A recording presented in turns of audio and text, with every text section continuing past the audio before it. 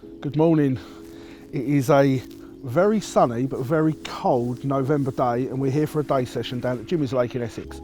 And it's a really picturesque, beautiful little lake. I'd probably say about 2 acres, and we thought we'd just do the day. And for me, it's absolutely perfect because I could bring a chair, I could bring my rucksack, which has always got everything in it, an unhooking mat, a landing net, and some rods, and the ever faithful little Hunter bait boat. This bait boat is absolutely perfect for a lake like this. It's about a couple of acres, everything's overgrown all down the edges and stuff like that, so I don't want to be spodding and all that sort of stuff. I'm going to be using crushed boilies, bit of sweet corn, you know, a few liquids and stuff, and it is the perfect presentation to chuck it in this little tiny bait boat and drive it over to them snaggy little corners.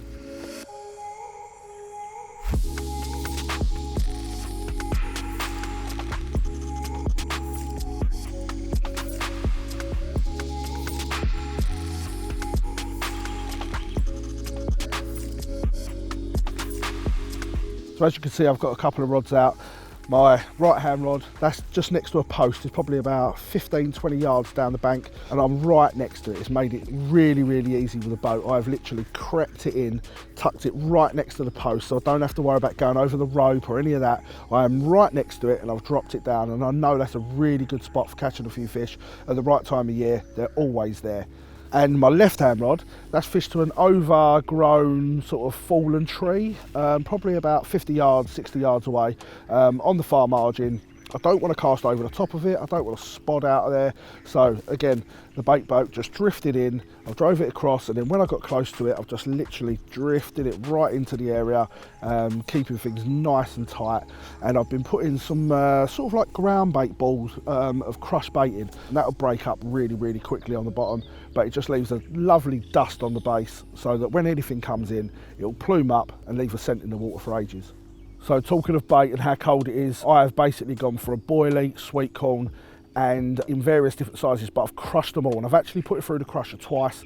That's going to make it even finer than it normally is if it goes through once, so that when I put the rig in, I can ball it up into little small bits of ground bait. I know it's going to get to the bottom that way. The thing is, when you fish with a lot of powder, a lot of it can sit up in the water for a long time. I want it to get to the bottom where I want it to be straight away, so that's the way I do it. I'm fishing with DNA Baits S7. I think it's a really good bait throughout the year. It is a fish meal bait, but I've caught fish in the deepest, darkest winter, and sweet corn, as we all know, fantastic bait whatever time of year.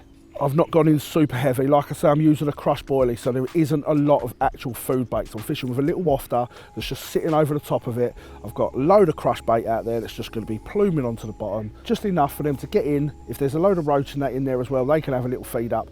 But in reality, when the carp get there, there's a few little bigger pieces plus my little wafter ready to be sucked up. Rig-wise, I'm fishing with a uni lead clip, drop-off style, so as soon as I get a take, this is going to drop the lead. The reason I want that is I want it to be in direct contact. So I'm fishing right close to some snags, so I'm fishing pretty tight. I've got a little drop on the bobbins, just enough so that when they go, I'm going to be on the rod, and it gives him like 6, 7, 8 inches of movement before I know what's going on, and then I'm there.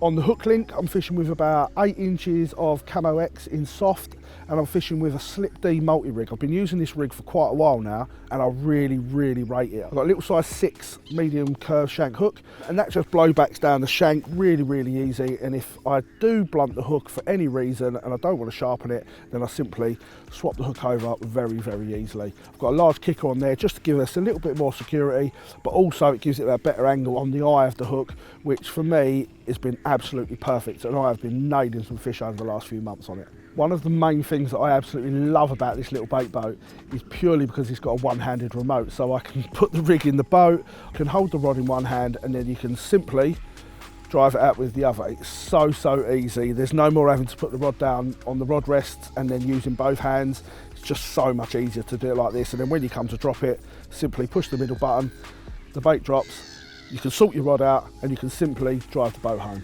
Well, I'm going to leave the rods out for another couple of hours, I think. I'm going to keep looking at the water and see if I can see anything. I'm going to keep my eyes peeled on these snags down here, because although I'm fishing to an overhanging sort of snag, there is loads down there, and I know this time of year the fish do start holding up, so you never know. I might have to move the rod literally 10 foot up the bank a little bit, hence why I'm using crushed bait. It means I can put a little bit of bait in and not worry too much if I have to redo the rod, which I hope to do maybe in an hour or two.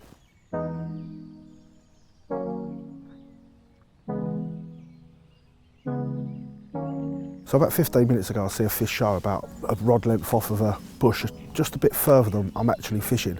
Rods have been out about 4 hours now, I've had no action whatsoever. That's the first fish I've seen.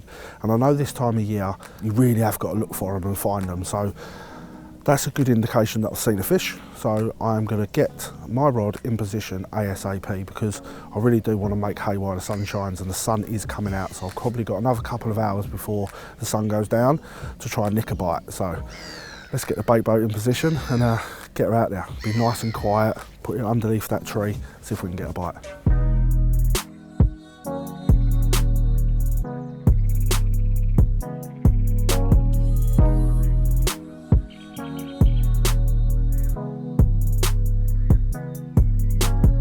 Well, keeping my eyes peeled, and I was just sitting on the chair and I see a big plume of fizzing going on about 20-30 yards out, and it happened twice. I thought, you know what, I'm going to bring this rod in, quickly chuck it in the boat, and literally just a handful of bait. Didn't change the rig or anything like that, and pretty much clipped the bobbin on, and it was away. I'm not 100% sure it's a carp, if I'm honest. It's fighting hard, and this lake does have a lot of catfish in it. So I've got a feeling this one is a catfish, which surprises me because the fizzing looked like carp. So, but a bite is a bite, and it really does prove that having this little boat, and it's so quiet, and it's probably about 3 foot out there, I've literally just drifted over the top of their heads, dropped it down, ultra silent. And I do believe that if I'd have cast that out, I wouldn't have had this fish. That's what I believe. I believe if I'd have cast this, I wouldn't have caught it. And yeah, we have a catfish.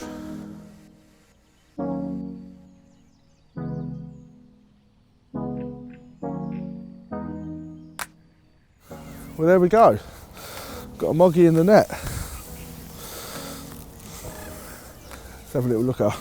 So there we go. It's not exactly the carp we were after, but it does definitely show how useful the bait boat is. We've fished in 3 or 4 different spots while we've been here, and crazily 20 yards out in open water is where we caught this one from. But I definitely wouldn't have caught this without the boat. I would have spooked this away 100%. So just that stealthily going over its head, dropping a handful of crumb on top of it, and this one was away. Beautiful catfish in miniature. Look at it. Stunning little thing. They grow to nearly 80 pound, 90 pound in here. It's insane. So should we get this one back and pack our gear up, because the sun's dropping behind them trees now, and I want to go and have some dinner. Great little day session at Jimmy's Lake in Essex.